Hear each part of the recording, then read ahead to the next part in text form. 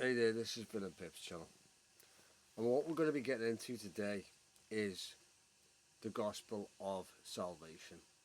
Right, what Yeshua came to teach the world, what he came and died for, what his Father sent him onto the earth for, the root and the branch of David, the one that was, the one that the one that is, and the one that is to come. Yeah. What did he come for? Let's think about this. Did he come to say you're saved by unmerited favour, or did he say you have to do something? Because if judgment comes, then why would we need to be judged if we were saved by calling on Jesus' name, which is the Antichrist? Why? Well, we wouldn't, would we? Because we're all saved. Everything's great. Everything's rosy. Everything's fine. What the fuck do you need to have a judgment for? Why should you repent? Why? Why should you repent? There's nothing to repent from, is there? Because you're just saved. You're fucking made in the shade, aren't you? You know, what are you repenting from? There's obviously something that you've got to do. That you need to repent from your sin. Jacob, you worm. You need to repent from your sin. Yeah? So you can be grafted onto the Commonwealth of Israel. You've got to repent. Let's just read a couple of small things to prove this.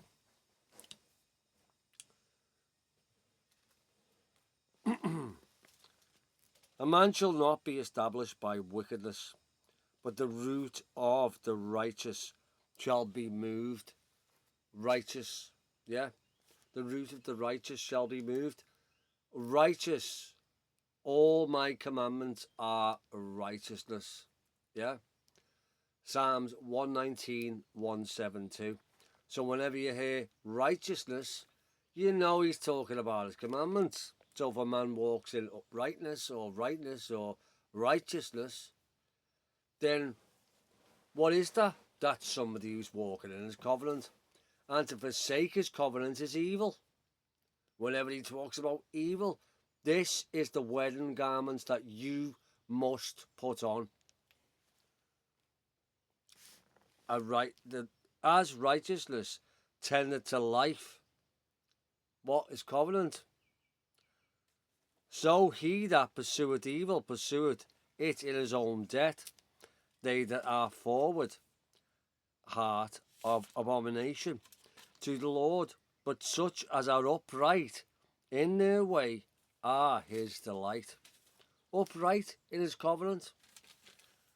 Though hand join in hand, the wicked shall not be unpunished, but the seed of the righteous shall be delivered. As a jewel of gold in a swine's snout, so is a fair woman, which is without discretion. The desire of the righteous is only good, but the exception of the wicked is wrath. There is that scattereth, and yet increaseth, and there is that withholdeth more than is meet, but it is tender to poverty.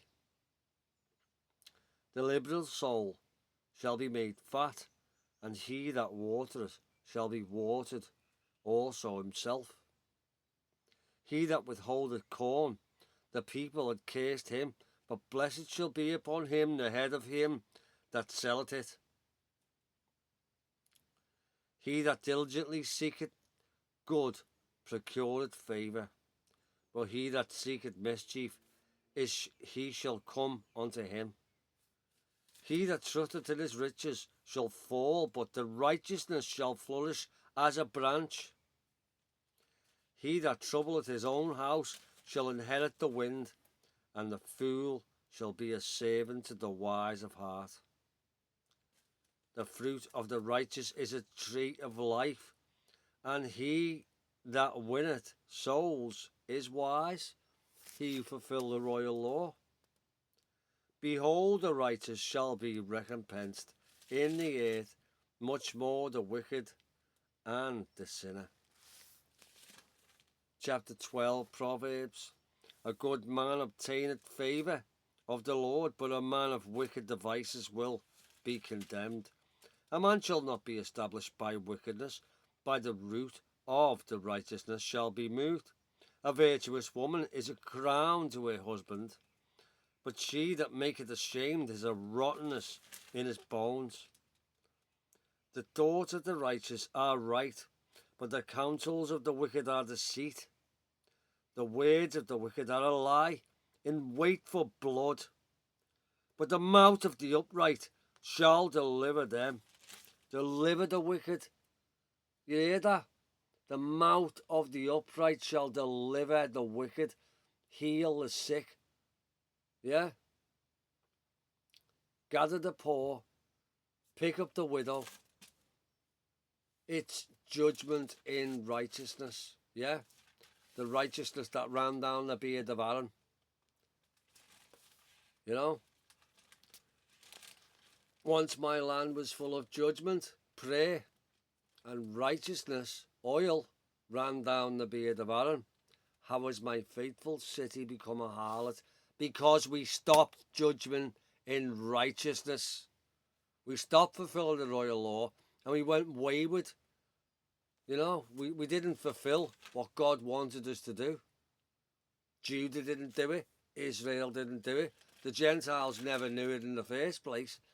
And now the seed of Abraham is scattered amongst the Gentiles. And Jacob is being brought back out of them, fulfilling the promise unto Abraham, Isaac and Jacob. The thoughts of the righteous are right, but the counsel of the wicked are deceit. The words of the wicked are to lie in wait for blood, but the mouth of the upright shall deliver them. The wicked are overthrown and are not, but the house of the righteous shall stand. And I'm going backwards here on purpose because I've always read backwards since I was a kid. That was Proverbs 12. Now, sorry, was it 11? No, missed 11 out. So I'm going from 12 to 11 backwards. Riches profit nothing in the day of wrath, but righteousness deliver from death. The righteous of the perfect shall direct his way, but the wicked shall fall by his own wickedness. The righteousness of the upright shall deliver them, but the transgressors shall be taken in their own naughtiness. That was 11, talking about the commandments of God, which is his righteousness. Let's go to 10.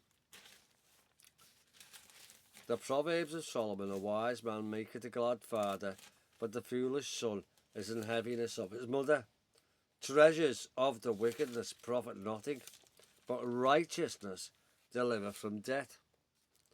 The tongue of the just is as choice silver. The heart of the wicked is little worth. The lips of the righteous feed many, but the fools die for want of wisdom. That's the gospel. That's his 10 commandments. That's the belief in Yeshua Messiah, to fulfill the royal law and to love your brother like yourself. That's the thing that they haven't got. Right, okay. Again, 10. Proverbs: the fear of the wicked shall come upon him, but the desire of the righteous shall be granted. As the whirlwind passes, so is the wicked no more, but the righteous is an everlasting foundation. Destroyed by the whirlwind, 144,000, the very elect with Messiah. This is what it's talking about. Okay, we'll go to 9, shall we? Wisdom had bundled her house. She had hewn her 7 pillars, her 7 churches, her 7 eyes, her 7 days of the week, the 7th day, which is the Sabbath day. She had killed her beasts. She had mingled her wine. She had also furnished her table. She had sent forth her maidens, and we're talking about wisdom here. She cried upon the highest places of the city. Whoso is simple, let him be turned in hither. As for him that wanted understanding, she saith to him, Come, eat of my bread and drink of my wine, which I have mingled. Forsake the foolish and live, and go in the way of understanding. He that reproveth a scorner gathereth to himself shame, and he that rebuketh a wicked man getteth himself a blot. Reprove not a scorner, lest he hate thee. Rebuke a wise man, and he will love thee. Give instruction to the wise man, and he will yet be wiser. Teach a just man, and he will increase in learning. The fear of the Lord is the beginning of wisdom, and the knowledge of the holy is understanding. For by me thy days shall be multiplied, and the years of thy life shall be increased. If thou be wise, thou shalt be wise for thyself. But if thou scornest, thou alone shalt bear it.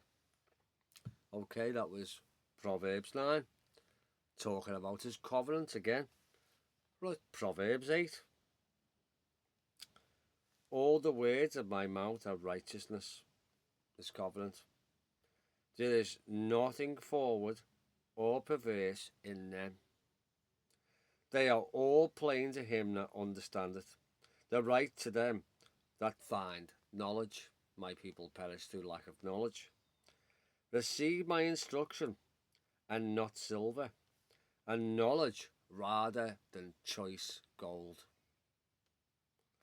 For wisdom is better than rubies, and all the things that may be desired are not to be compared to it. Okay, so we've gone from 12, 11, 10, 9, just read 8. All talking about keeping his covenant, yeah, because it's much more choice than silver or gold. So, what are we on now? 8, we're on 7. My son, keep my words, and lay up my commandments with thee. Keep my commandments and live, and my law as the apple of thine eye. 7. 6. My son, keep thy father's commandments, and forsake not the law of thy mother. Bind them continually upon thine heart, and tie them about thy neck. When thou goest, it shall lead thee, and when thou sleepest, it shall keep thee, and when thou awakest, it shall talk with thee. For the commandment is a lamp, and the law is light, and the proof of instruction are the way of life. 6, going to 5. My son, attend unto my wisdom, his commandments, and bow thine ears to hear, eyes to see, to my understanding, that thou mayest regard discretion, and that thy lips may keep knowledge. My people perish through lack of knowledge.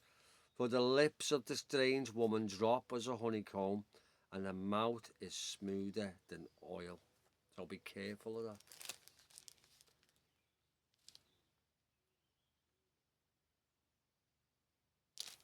Okay, that was 5. We'll go to 4.